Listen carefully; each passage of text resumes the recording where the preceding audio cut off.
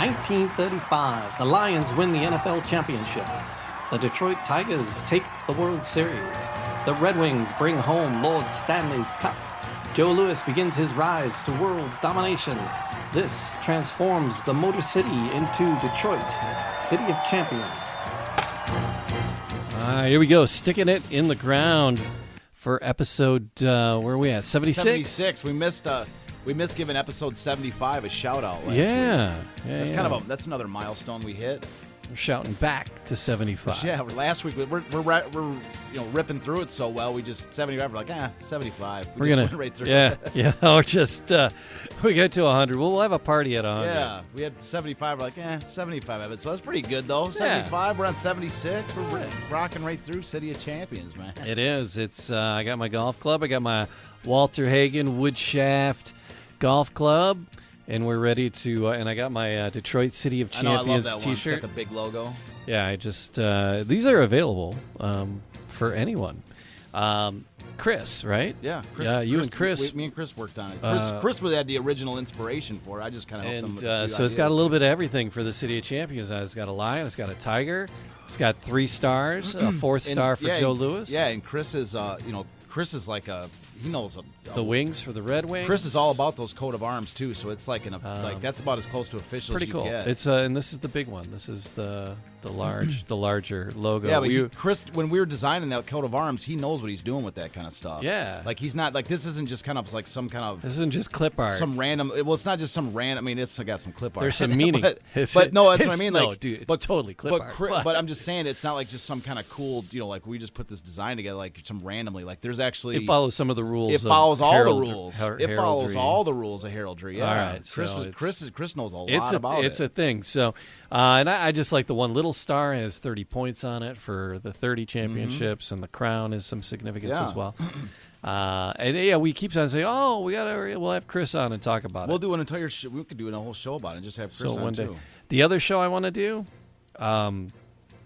besides the one we're gonna get to today eventually, is we've had a lot of like cousins and nephews and daughters and granddaughters of people involved with the story reach out and say, "Oh my gosh, thank you so much for sharing the story," or "I can't believe you actually are taking time with this part of the story or that part of the story," and that's pretty neat. And I want to kind of get all these people and talk to them all, and then put a it's tough to like say, okay, call us on Tuesday night at 8:00, and but we can like kind of piece them together. And maybe when we come back collection. around, maybe when we come back around the barn, like when we start doing some of the player stories and stuff, we'll just ask some of the people that that we've met and see if they want to weigh in a little bit. Like Norma Smith, I'm friends with her on Facebook. I mean, she like. When we get back around, we talk about go back to the Red Wings at some point. Talk about Normie Smith. That's her dad. I'm excited to do that. That's another show I want to do, and then another podcast entirely. Once we're done with this, once we get to the end of the City of Champions story. I meant to tell you too. But really, before I forget the idea, I have Abby Goodfellow's granddaughter on my Facebook friends too. Yeah. And then we got to go do live shows from Portsmouth. Yeah, that's I really want to do that. There's first so week much. of December. They're celebrating so much to do. The 90th anniversary of the Ironman game down in Portsmouth. They want us to come down and do a show down there. That's like I really want to do that. I'm really excited about it. Yeah, our buddy Will Malt calling us up, bringing us wants to come down. I want to swing all of that, and I want to appreciate the people that are hanging out and watching the YouTube and watching on Facebook. And then they also listen to the audio podcast on all the podcast outlets. So wherever you're listening, be it a video rendition, a straight-up audio rendition, take a time, and if you could leave a comment, that helps immensely. All the algorithms out there in the ether world, whatever. Yeah, hit the share right now, hit the like button right now, and whatever you can do, it really helps. All those things. So yeah, those are fun. So appreciate if you could do that. Do it. I appreciate it. And wearingfunny.com is where you can get the very cool shirts along with other. Can you add a link on the description for those? They're always in there. Oh, is it in the description? Okay, cool. So the link's in the description. The link's in the description. Awesome. There you go. It's right there for you. Cityofchampions.com is where you can get the books. just in time for the holiday season. Or come visit me at either 12 Oaks Mall or Partridge Creek in Clinton Township, the Inspire Marketplace. It's a Made in Michigan art store. There's all kinds of We're worldwide. We're national. Yeah. It's not everybody can slide on over to Partridge Creek. Yeah. So 12 Oaks Mall. Or if they're driving in from, Oh yeah, well I get it. They don't Missoula, Montana. That's why I use the word. That's why I use the word or. It's not like mandatory. The website ships international, but or if you're in the Detroit area, stop down and see me at these two stores. Absolutely. So Walter Hagen. We were talking about Walter Hagen. Yeah, like we were talking about him last week. And that's why I got my golf club. Yeah, Walter. Last week we had we were talking about his 1922 the exhibition tour with him and Joe Kirkwood, and how the invention of the golf tee. Like, I mean, it's crazy. I was thinking about this. It's kind of like the Sid Howe and Gordie Howe thing. Yeah. Like back then, the golf tee was like it was. What do you mean? There's a golf tee, right? You don't do that. You scoop dirt with your hand, a wet dirt. You ball it into a cone and you put it on the ground. And you hit the ball off that. Everybody knows that. Yeah, that's how it's done. and then it's like fast forward 90, however many years later, 80 years later, and it's like that idea is like oh my God, I can't believe they did that. It's like barbaric. So foreign to us, yeah.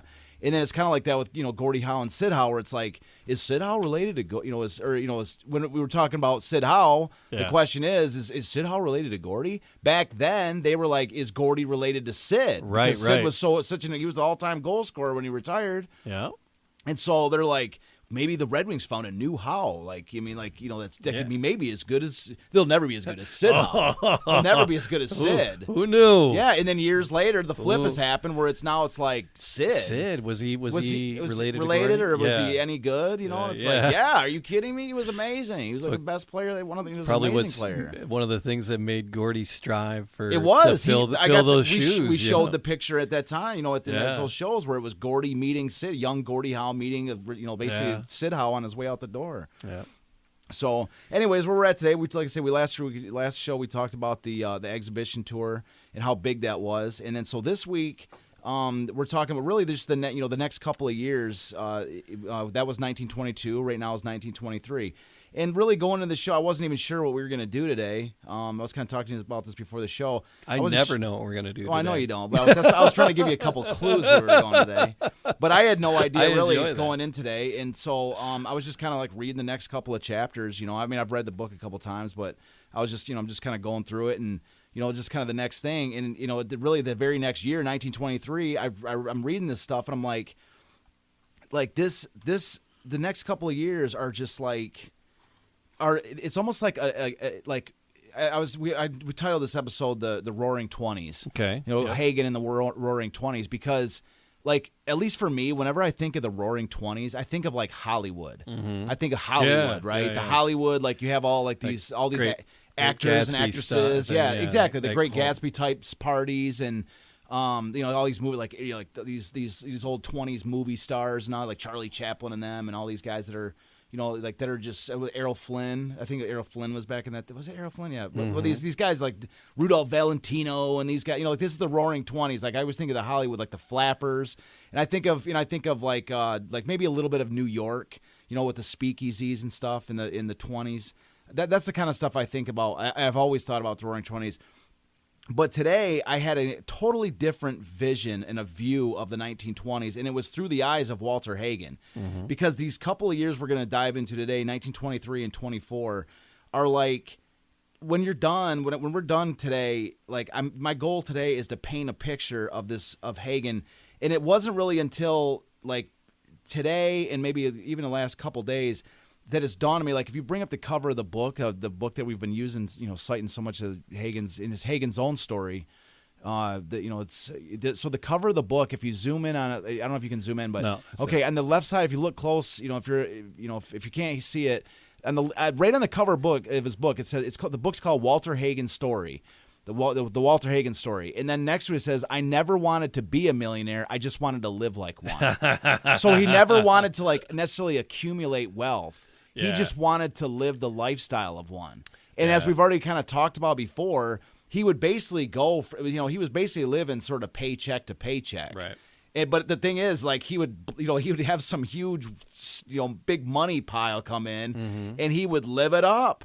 And he would burn through that cash, and then he would like, oh my God, I got to go compete for that British Open. I got to win it. For his third attempt at the British Open. Got to go panhandle on Wall Street. Yeah, he had to go to Wall Street, and he's like, thank God I knew like the great bear of Wall Street who would one day predict short the stock market crash in 1929. Thank God I knew him, and I could just sit in his office for 10 days following every move he did and make enough money for me to live off of for a couple of years. And he even says in his book, he's like, I still had enough money from what I'd made from Jesse Livermore those 10 days. He even says it like in 23, 24. He's like, so that's what I mean. Like that's when I've looked at this book many times. And the cover, it's always been kind of like a quaint saying, but like that's on the cover of his book. Yeah. And I'm like, I've never understood, like, why would he put that of all the things? And this episode today, I think we're going to be showing a little bit. I think we're going to go a great deal towards what that statement means and why he put that on the cover of his book. Because it was very modest beginnings for sure. Well, yeah, very modest, but again, it's he never wanted to be. He doesn't want to be this guy that's got $1 million in the bank and all this thing.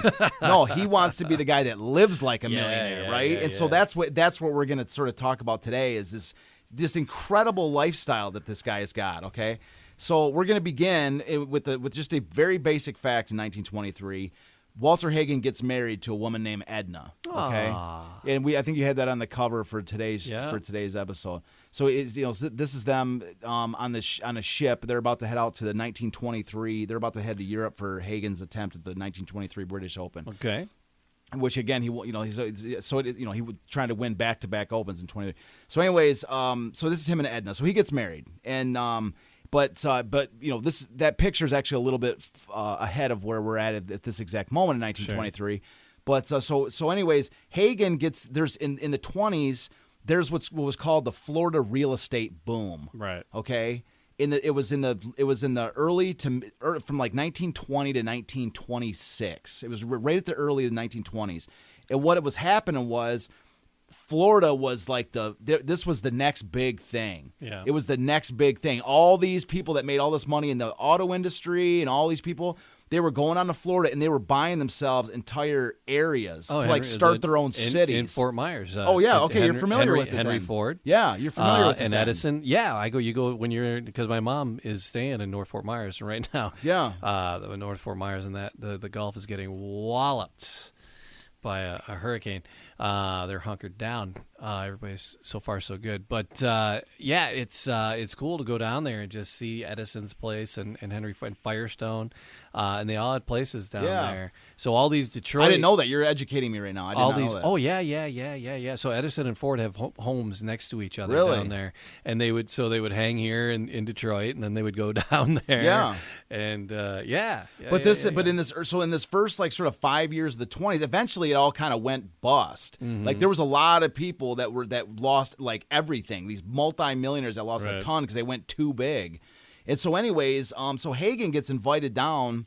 He gets invited down by one guy, and what was his name? Elliot. His last name was Elliot. Anyways, he gets brought down there by this guy going, hey, there's all kinds of opportunity down here. I've got some opportunities of my own. I'm building one of these like, it's not just like when you say gated community, that's one way to put it. Another way is to put like a gated city that they're building. Like that's what they're doing. Oh, yeah. They're building like their own little city down there, anchored around some massive luxury property. That's like what they're doing. They're building golf courses. They're doing this.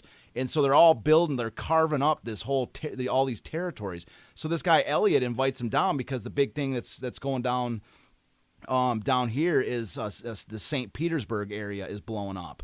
And that's why he wants to bring him down. So anyway, so Hagen goes down there. He's like, okay, cool. He goes down there, and what's kind of funny is he takes this steam. They go on this yacht. Okay, again, now we're starting to enter into Hagen's experience. Why I call this the Roaring '20s. Okay, so Hagen gets he's going down to Florida to be part of the real estate boom, to be part of this. And this is the first days of it, right? The early years of it. And so he goes down there, and the first thing he does, him and his wife, newly married, they get welcomed onto this yacht. Okay, to go out and travel around. They have a party on this yacht. Welcome Walter down there. And so this Elliot, he asks him, hey, we're about to build this 4-mile bridge to connect Tampa Bay and St. Petersburg, right? Right. We're about to build this bridge, which would end up called the Gandhi Bridge. Which just they've torn it down and rebuilt it since. But at the time, they're about to build this bridge to connect these two cities, right? So anyways, this guy, Elliot, asked Walter, hey, I'm about to be part in charge of helping establish this bridge, right? Where should we build this bridge? And Walter's knows nothing about anything to do with building bridges. He knows nothing about this area. So he quietly goes to the captain of the ship of this yacht and he goes, hey man, if you're going to build a bridge here connecting Tampa Bay and St. Petersburg, where would you build this? And the captain's like, I would definitely, you have to build it from there to there. This is he knows everything about it. And so he's this, you got this old sea dog captain of a yacht giving Walter all the details and all the information, right? So this Elliot guy comes at one point. Hagen then basically goes to this to Elliot at one point and I think you should build it from there to there. He just basically repeats everything this captain told him about this, where this bridge should be built. Sounds like a genius. Yeah, and they're like, Walter, man, you know your shit, you know your stuff, and so they do. They build the Gandhi Bridge exactly where Hagen. I don't know if he was the main person that would say that, but Hagen was like, sure enough, they built this bridge. He goes, I felt like I was he goes, I'm not saying they did build it for what I said, but it's exactly where I told them they should build it. And he goes, and I totally ripped it off from the captain of this ship during this yacht party, I love how honest he is in his book. He's like, it wasn't my idea, but he's like, it was just crazy because the next thing I know, a couple of years later, there's a bridge there. And I'm like, man, that's exactly where I did that. Was that for me? Did I, I ripped the idea off the captain of this ship. So it's just funny. That's how he just is welcome there, right? On this huge yacht party. And then so he talks to this guy Elliot who's building his own spread, and this guy's like, well, I'll give you 20. By this point, Walter's we talked about how he's the first club professional in Oakland Hills. By this point, Walter is totally off that reservation. He's you can see he's world traveling. He's going to Britain, Scotland. Now he's in Florida. This guy, it's cool that he says there's Detroit influence through everything he does. Right. But at this point, he is a traveling guy that takes advantage of every kind of opportunity that comes in front of him. He's going from making money to the next tournament, and then wins tournaments, and then goes to the next money. So this Elliot is like, well, I want to make you the main director of my golf course. I want you to just do whatever it is to help me sell memberships and do whatever it is. He's a superstar by this point. There's very few people, very few sports stars that are bigger than him at this point. So anyways, this Elliot, he says, so I asked Elliot, how much are you willing to pay me? And he says $25,000 for basically 4 months a year to do this, right? Yeah. At this exact moment, there was another guy whose name is Jack Taylor. And he comes up to Hagen at this basically exact point. Hagen knows he's in demand for this area because whatever golf club he goes to is going to be the spot in this area. So he goes to this other guy who's building this own property, and his name is Jack Taylor. And he goes to Jack Taylor and he says, I want $30,000, and because now he has a benchmark for what he can charge. He wants $5,000 more than the other guy was going to pay him. And Jack Taylor's like, I don't know if we can do that. And he's like, okay, then I walk. It's literally because he knows he can walk away. He's got a $25,000 offer over here. Yeah. And so Jack Taylor goes, okay, I'll give it to you, So he does. And so Hagen's getting $30,000 for 4 months of the year working at this building. And so this is 1920 money. This is 1923 money, yes. Yeah. And so what Taylor's building, this is this fascinated me today. This is what took me an hour of my time today to just read into this today. And you can bring this picture. So what Jack Taylor was building was this hotel called the Rolyat Hotel. And I'll spell that out. Rolyat. Rolyat Hotel. And so I didn't know this until I kind of looked it up. Rolyat, yeah. Rolyat. Have you heard of it? I lived on Saran. Yeah. The next street over was Rolyat. Holy, you've seen it? No, I mean in Detroit, the east side of Detroit. Oh, I got you. Okay. And then there's Yolanda, and then there's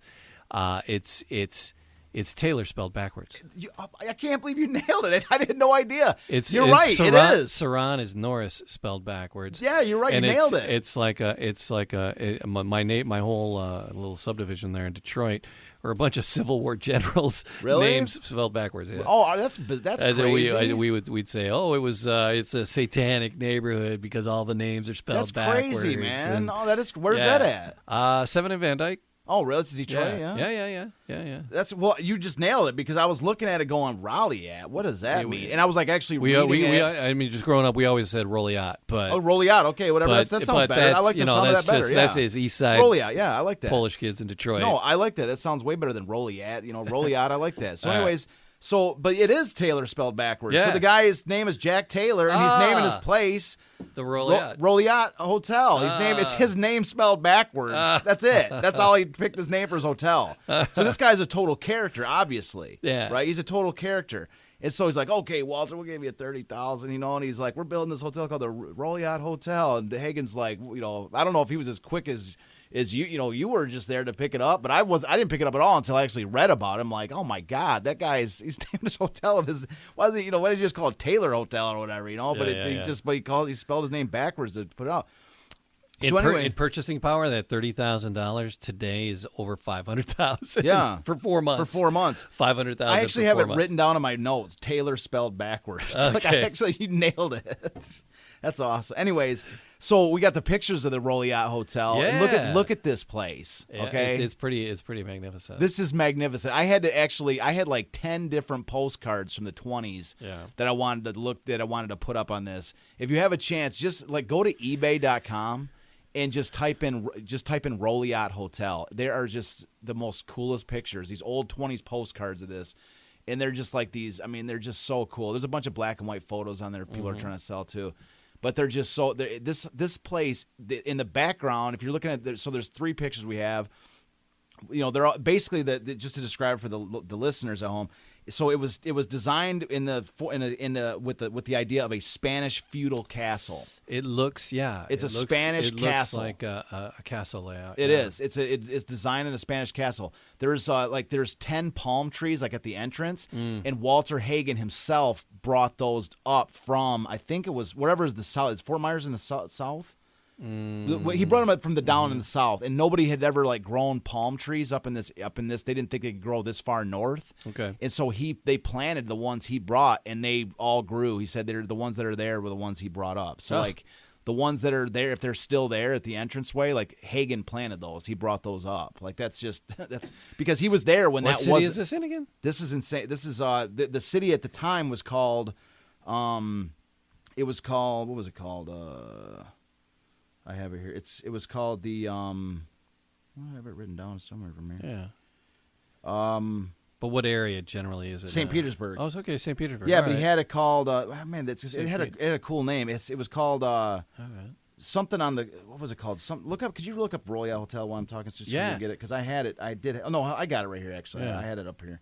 It was called the it's called Pasadena on the Gulf. Okay. Now it's called Pasadena Estates. Okay. So they were trying to, Walter talks about it in the book. They were trying to name the city.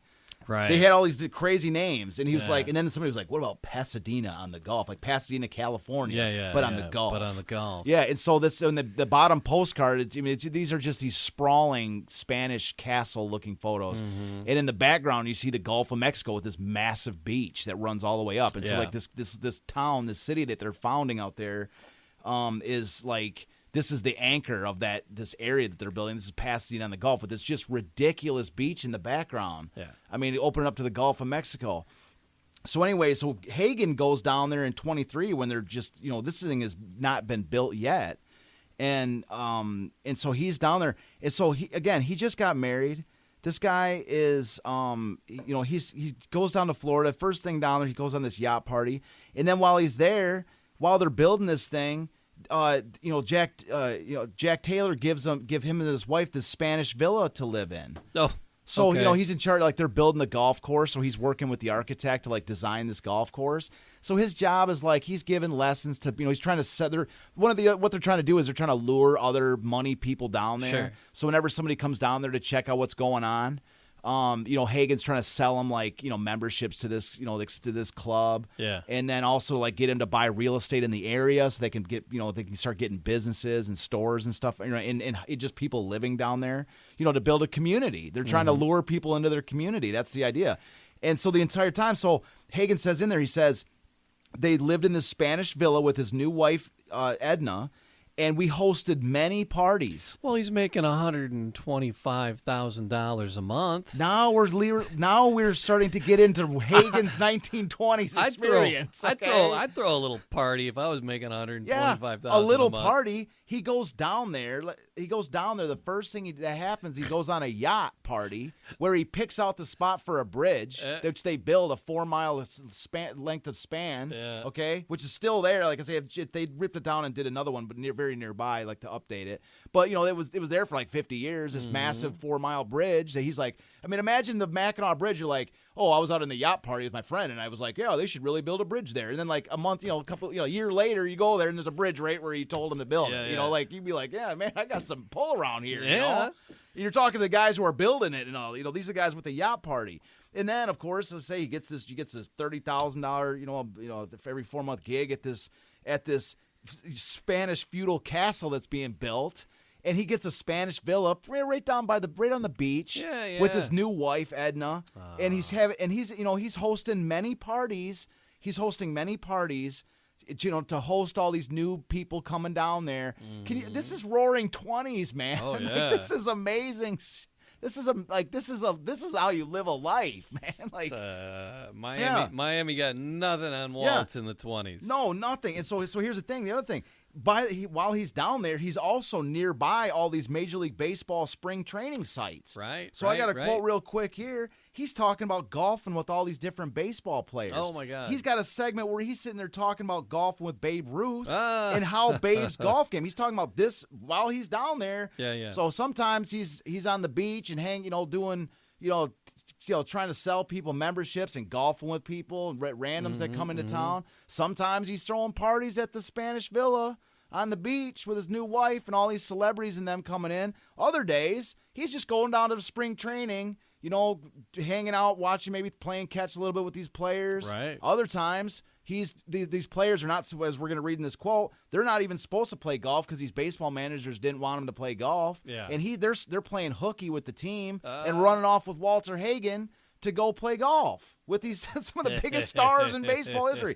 This is a real quick quote here. So manager Joe McCarthy of the New York Yankees put a taboo on golf during the training season, but a number of the fellows sneaked over for bootleg games.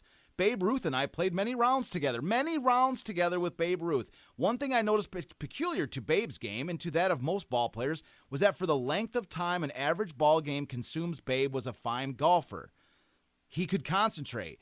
After the hour and 50 minutes duration of a ball game, or about the 11th hole as golf is played, the Babe began to slop his shots away. He usually went out comfortably under 40. However, returning, meaning probably the back nine, he had to struggle to play a 15 handicap golf.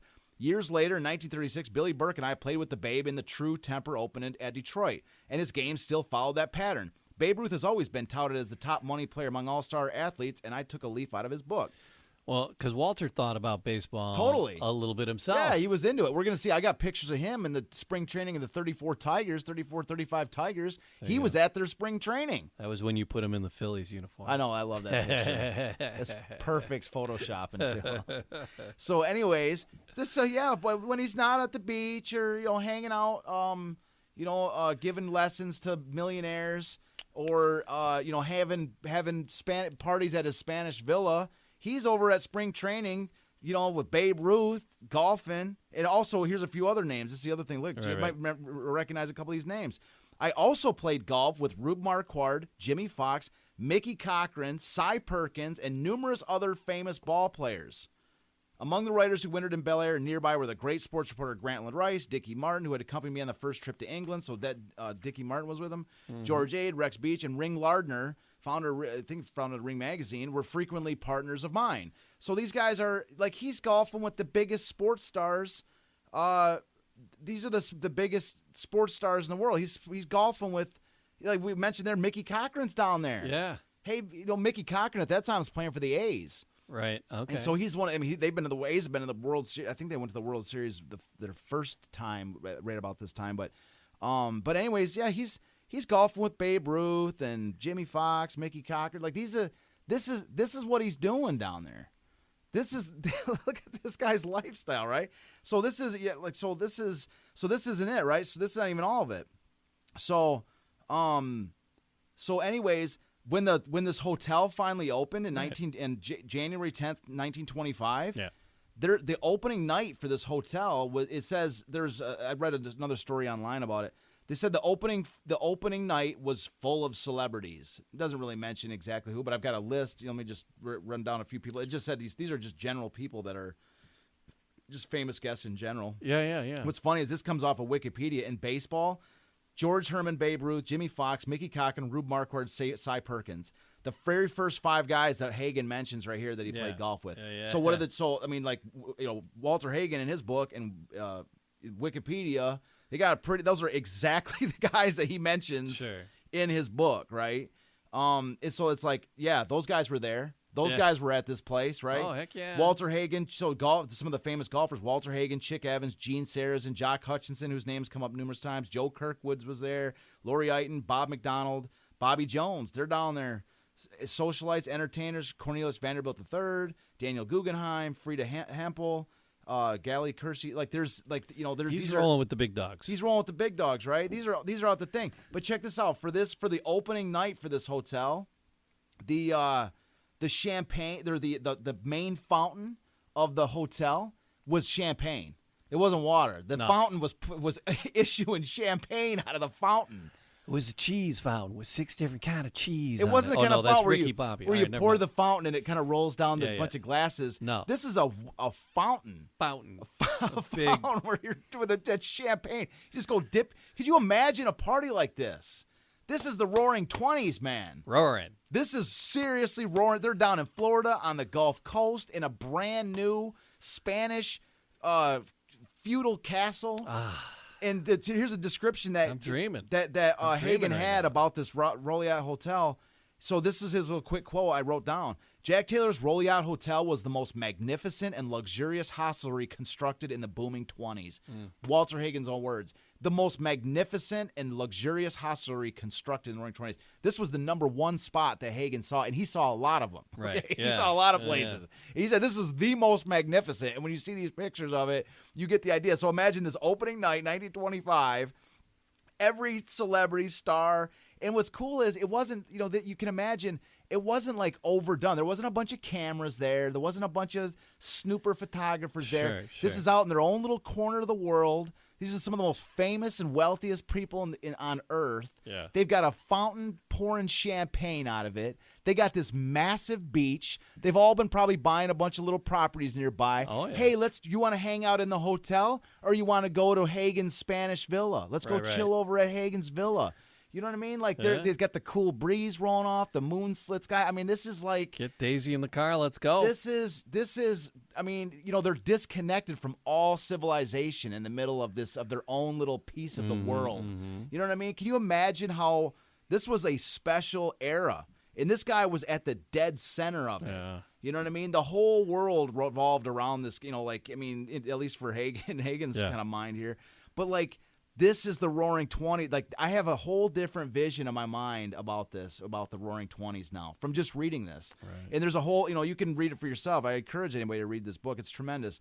But like this is, and this is just the beginning of where we're going with this guy for the Roaring 20s. This is just the beginning, folks. If you're listening this far, like if you you're like, okay, that's the episode up, Jamie. How long was that? 20 minutes? No, this is just the beginning. All right. Okay.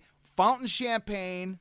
Okay, champagne fountain. Who cleans that? Yeah. You have to have a special maid or somebody that's there making sure that there's nobody, drooling in it or leaves getting in it or anything. Like somebody there, like there's somebody in this world that has told a story like in our past that said, my job at this opening night party was to was to make sure the champagne fountain stayed running smooth all night. Like that was somebody's job that evening. Oh man. So anyways, so that's our jumping off point, was that, this is where Hagen's kind of, so from 23 to about 26 is when Hagen's kind of involved with all this. Wow. And so this is what he's doing for these. So like, because now we're gonna jump from there. We're gonna go to the British Open in 1923. Mm-hmm. But the reason it was cool to mention these like sort of 3 years with this Florida thing is because he's gonna be going from his little home base here in Florida, for his little 4-month gig in Florida. Now he's got armed with $30,000 worth of ammunition to go wherever the hell else he wants to go. And we're gonna see here in a second where else he does go. But he's got ammunition to go to whatever golf tournament he wants to go to, win it, go to the next, win it. He can do whatever the heck he wants to do, and as we're going to see here, it's just incredible. So in 1923, Hagen, he's just on a tear. He wins the North and South Open, which is in America. He won the Texas Open, so it's 3 different Opens: the North, South, and the Texas Open. He finished 7th against Bobby Jones, who won the number 1 in the U.S. Open. He was first in the U.S. Open. Hagen finished 7th, and then he finished 2nd in the PGA Championship. So but anyway, so in 23 he goes out to Troon, Scotland for the 1923 British Open to see if he can win his 2nd straight, Open. He won his first in the previous year, and so there's this huge dramatic finish. And Hagen loses by 1 shot. Ugh. But it's this huge, like, dramatic finish where like it's like goes all the way down to literally the last stroke, and he loses to a Brit named Arthur Havers. Okay, so anyways, so this is where it's kind of interesting for this.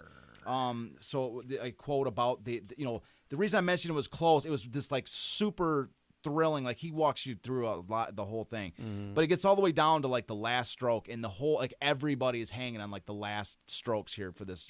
I think it was like he missed a shot, and that's what gave Havers the championship.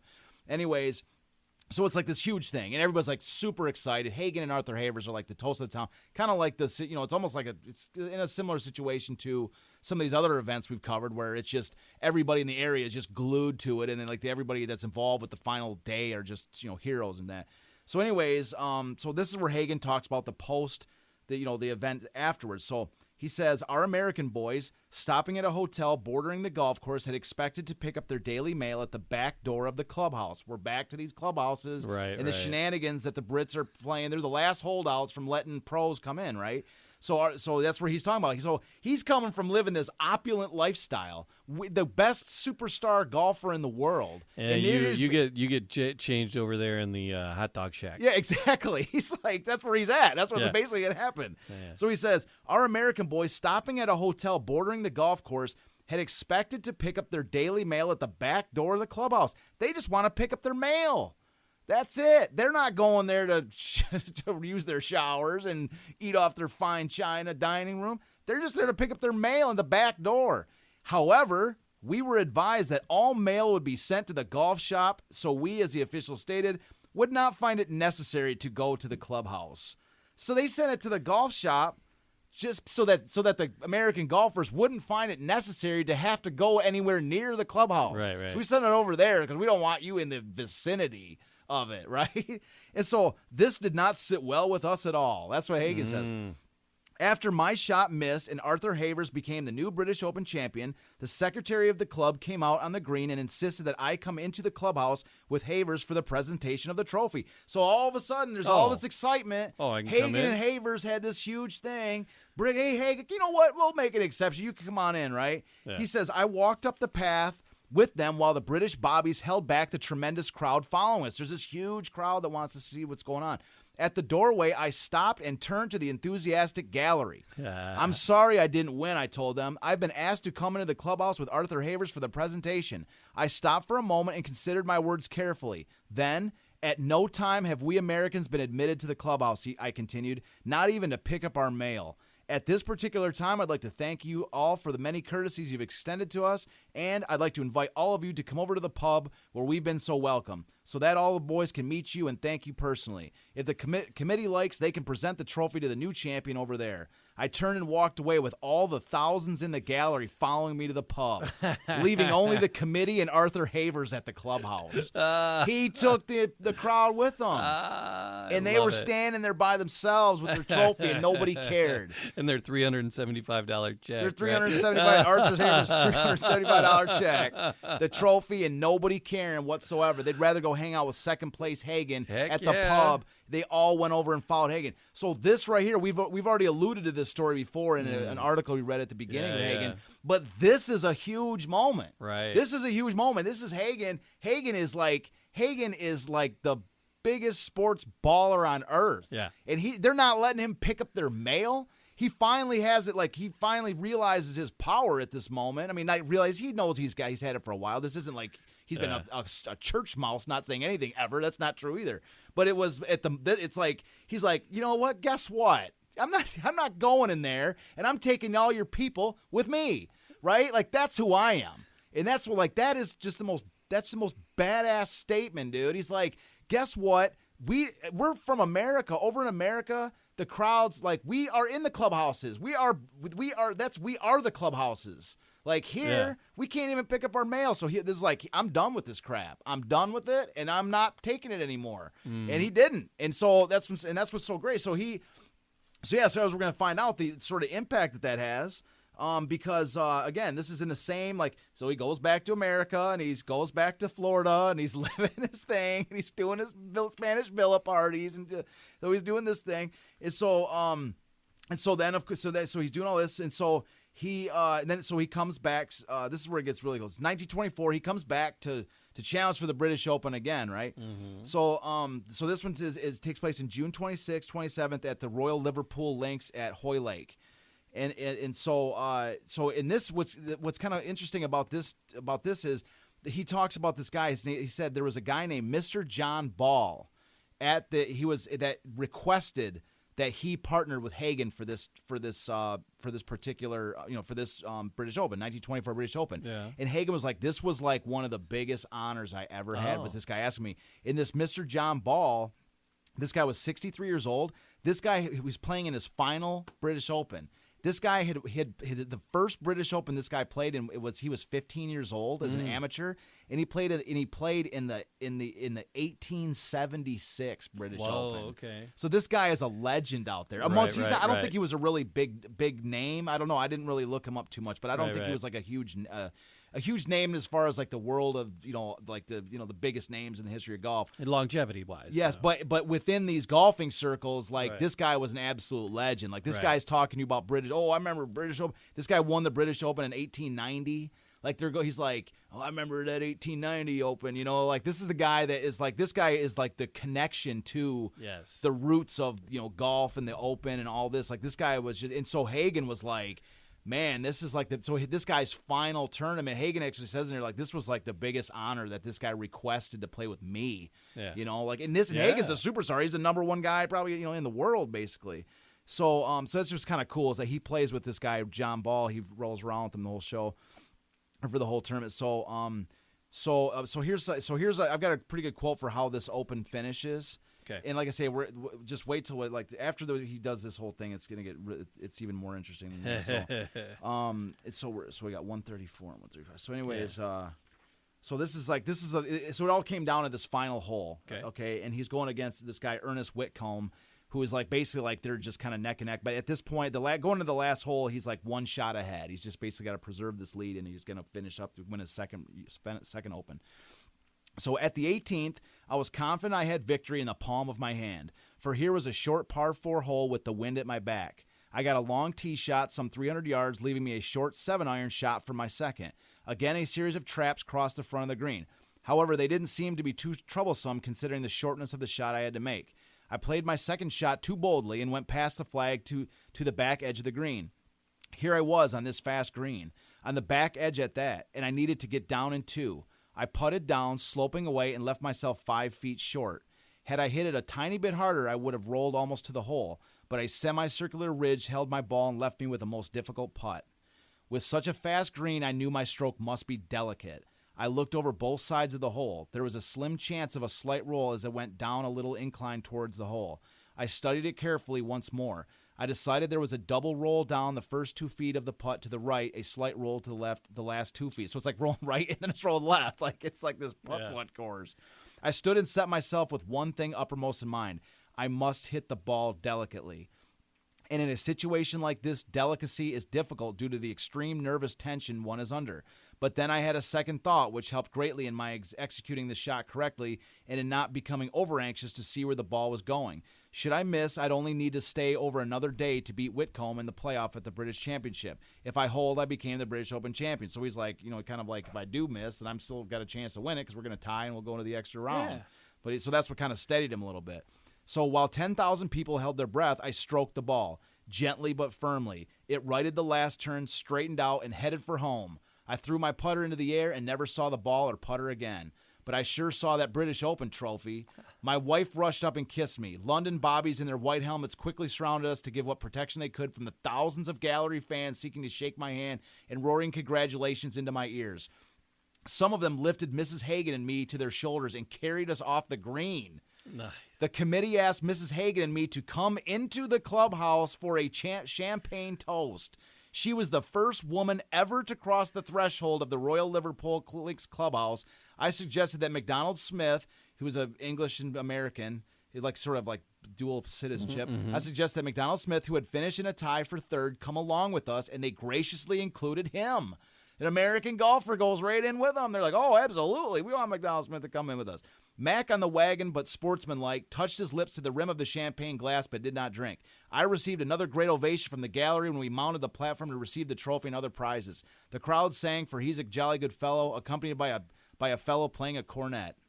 So there, all of a sudden, next British Open, oh, absolutely, you guys are more. McDonald Smith, bring him in. Bring it. Your wife, oh, first woman ever to sit across the doorway. Bring her on in. You see the impact he's had in just 1 year? Now the party's in the clubhouse, and they're all having a good time because Hagen's there. He's just brought he just changed the entire landscape in one, with one step.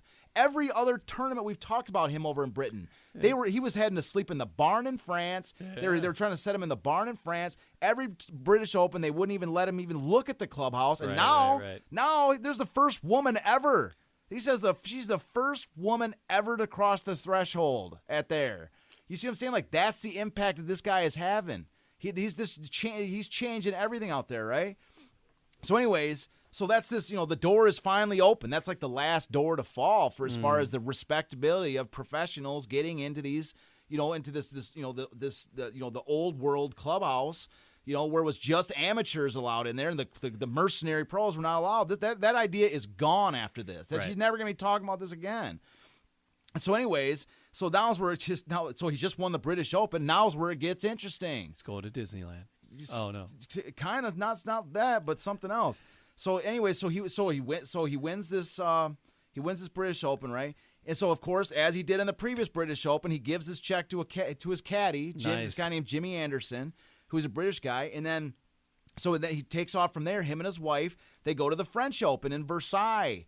They go to the French Open. It's in Versailles, one of the most magnificent places. There's a nearby golf course in Versailles, France, for the French Open. He finishes second at the French Open. He doesn't win the French Open, right? But who cares? You're in Versailles after you just won the British Open, right? And then, but 3 days later, Hagen goes to Belgium and wins the Belgian Open, okay? And Jimmy Anderson came with him from France to Belgium, and he gave Anderson his check from the Belgian Open, right? So he's just going from place to place. And then, oh, by the way, that same month, while they go back to France, and what's in France at that moment? Oh, the 1924 Summer Olympics in Paris. Oh, wow. They're at the Summer Olympics in Paris, the 8th Olympiad. They're in Paris for the Olympics. Oh, they go to wins the British Open. He plays at Versailles French Open. Then he goes to the Belgian Open, wins that, goes to the 8th Olympiad in Paris. I wonder if he had good seats there. Yeah, probably. You think he had good seats? Probably had decent seats. Think he had good seats? Do you think he was meeting any of the stars over there and had any good hangout spots? He actually says in there, After several weeks of fun at the famous resorts and attendance at the Olympic Games in Paris, Mrs. Hagen and I headed for home. So there's this and then where are they going? They're going, I don't know, Florida? Back to Florida? Back to the Spanish Villa? Yeah. To the Spanish Villa again for another 4 months and collecting $30,000 and, hanging out with, trying to sell, get people to come down there and, get golfing with baseball players, the superstars. I forgot. Yeah, he wrapped up his 1924 season in September by winning his second PGA championship. Oh, yeah. And then this would be and that was in French Lick, Indiana. And the second PGA championship, this would be the first of 4 straight PGA championships in a row for him. Wow. Okay. So he's just how many more things? Yeah. How many more? What? This is, that's pretty much all. That's the end. Then, and so closes 1924. Walter Hagen. Yeah. So you're this is a guy living the life of. This shows you right here the kind of lifestyle this guy is living. Yeah. This is how you live, man. Those phrases what would Jesus do? How would Walter Hagen live? Am I living like Hagen? Can I live like Hagen? Like a bracelet to remind you every day to what would the Hague do? Yeah. God. What was that cartoon? You sent a cartoon. Oh yeah, you'll put that up on the screen if you got that. This is a great. I love this illustration. Yeah, I almost forgot about this. This is if for those that can't look at it, what it is, it's Hagen dressed as a knight in armor. Yeah. And there's it's in the background. There's a golfer. And it says a pro golfer. What does it say on the golfer's head? Yeah, it says pro golfer, golf pro. Yeah, golf pro. And he's kind of shabbily dressed. Yeah. And Hagen's opening a door. The front door. The front door, and underneath, right by his foot, it says front door. Yeah. And he is actually welcoming this pro golfer into. This was in several different newspapers and magazines. Even in his day, they recognize what he was doing for golf. Okay. This is an illustration that just it conceptualizes what he was, what he was about, what he was doing. He's got a fancy king's English robe. Exactly. At the tip of his sword. It says snobbery on the robe. Yeah. And so he's defeated the snobbery. Defeated snobbery, and he's welcoming the pro golfer into the front door, and he's dressed in a knight's armor and that, and he's got a sword, and he's actually beckoning this guy come through the front door. And so this is not just some this is a legitimate thing that he did. He opened the front door for all the professional golfers to come in. Yeah. That's what he did, and this is that's how this guy we hear. That's why I'm just so glad we're doing this whole segment on him, because this is a guy who is. He's not a forgotten. So people have heard the name Walter Hagen, but does the modern world realize just how big he was? Does the modern world? Do we remember how big of a superstar this guy was? Yeah. We're rambling through. At some point, we're gonna get to the end of this, and we're gonna do a list of all of his championship victories, and it's just gonna be 6 times this and that, 5 times this and that, 6 times, 4 times straight, 50, 11 straight, national open titles. It's just gonna be Palmer and.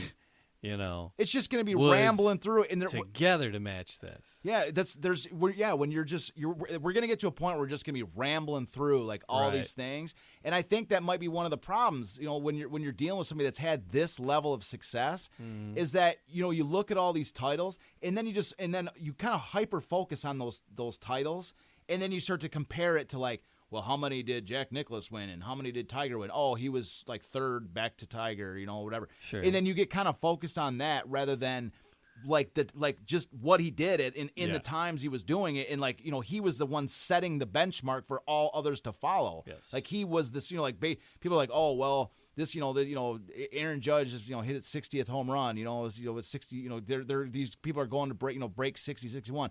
And the reason baseball 61 home runs is such a special number is because Babe Ruth set that benchmark. You know what I mean? If you can outdo what Ruth did, then that's amazing. Even but Ruth was the one that did it first. He set that benchmark, and then all those to follow are chasing that benchmark, and they may surpass it. Sure, yeah. But that benchmark stands as the hurdle that one must to overcome in order to get to that next level of just where you can even be recognized in that upper echelon of your sport, and that's what Hagen did. Yeah. This guy, it's just but I just love this because it actually kind of took you into his life. And it goes, I think it goes a great deal in explaining why the cover of his book said, I don't want to be a millionaire. I just wanted to live like one. Right. Yeah. Because Hagen even says in there, he's like, by this point, I still had money left over from Jesse Livermore, but I was also adding to it with my $30,000 every 4 months. All like right. He's actually talking about but because he's talking about how, his resource drain, like he's spending this money. Like he's throwing these parties. These people aren't getting. He is spending this money, and he's like, but he's actually saying like, by this point, I still had some of this money left, and I was still going to have some of this money left. Like he's actually talking about like it's a ticking clock. Like that money's about to be gone. And he's those gonna have to champagne figure fountains out, don't fill themselves. Yeah, like who's to say that Hagen didn't have some role? Like I got the champagne fountain. I got the champagne for your fountain or something. Like maybe it was his idea. Like, hey, I think you should. I mean, like, would you be that surprised if Hagen himself went to Jack Taylor and goes, dude, you need a champagne fountain. Totally need a champagne fountain. And he's like, you know what, Hagen, that's a great idea. And he's like, I'll even go halves on it with you, man. You're paying me a great salary. I'll even throw some money into it. Yeah. I mean, like, but I love this because, again, I've always thought of the Roaring 20s, and I always think of like the Hollywood and then the New York. But this is the Florida and the Hagen experience in the 20s. Yeah. And I just like this is the kind of thing where there, like a movie would just be like this couple of years. I just think that this would be just like, the setting, the backdrop for a Hagen movie. I think this couple of years right here, which there's so many different things that you could involve in like a Hagen story movie for this. But I think that this would be such an incredible backdrop to begin that point of reference for people. Because he even, at one point he's golfing against Bobby Jones, which is a major, we're going to find out in an upcoming episode, that's a major component of his story. He's golfing against Gene Sarazen in this huge 1923 match. He's going to the Olympics. I mean, you could take a tour around the entire 1920s sporting world, golfing with Babe Ruth and all this. So I just think just reading it and just looking at it, just going, this guy knew how to live, man. Yeah. This guy knew how to live. And, like, now I want to go find a Spanish villa and have some parties, dude. Hell totally. yeah. Totally. We're going to do that next time. We're going to find ourselves a Spanish village. We're going to record live there next time. That would be awesome. So you want to surprise me and, like, on a show, Jamie? Be like, we got a Spanish villa we're broadcasting from and we're having a party after. I'm like, yes. Yes. All right. Thanks, everybody, for hanging out, checking it out, the video or the audio.